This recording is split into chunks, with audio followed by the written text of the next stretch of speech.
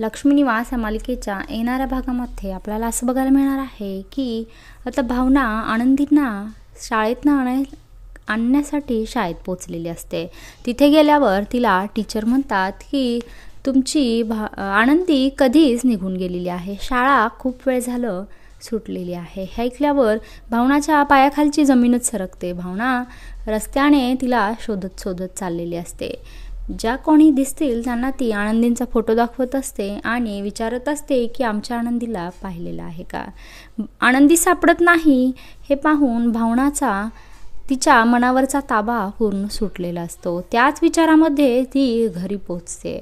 त्यावेळेस ती वीणाला सांगते की आनंदी शाळेतून हरवली आहे, ती अजिबात सापडत नाहीये, मला फार टेन्शन आलेलं आहे। त्यानंतर वीणा भावनाला म्हणते की आपण लगेचच पोलिसांमध्ये जायला हवं आहे, पोलीस कंप्लेंट करूया, नाहीतर आपल्या आनंदींच्या जीवाचं काहीतरी बरं वाईट होईल। हे ऐकल्यावर भावनाला खूप मोठा धक्का बसतो आणि तेवढ्यात तिथे सिद्धू आनंदीला घेऊन आलेला असतो।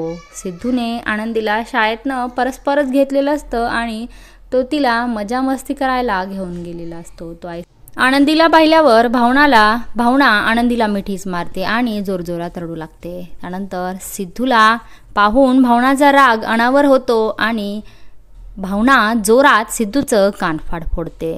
काय आता भावनाचा राग सिद्धू कसा घालवणार आणि सिद्धूची बाजू ऐकून न घेताच भावनाने त्याला घरातून हकलून दिलेलं आहे।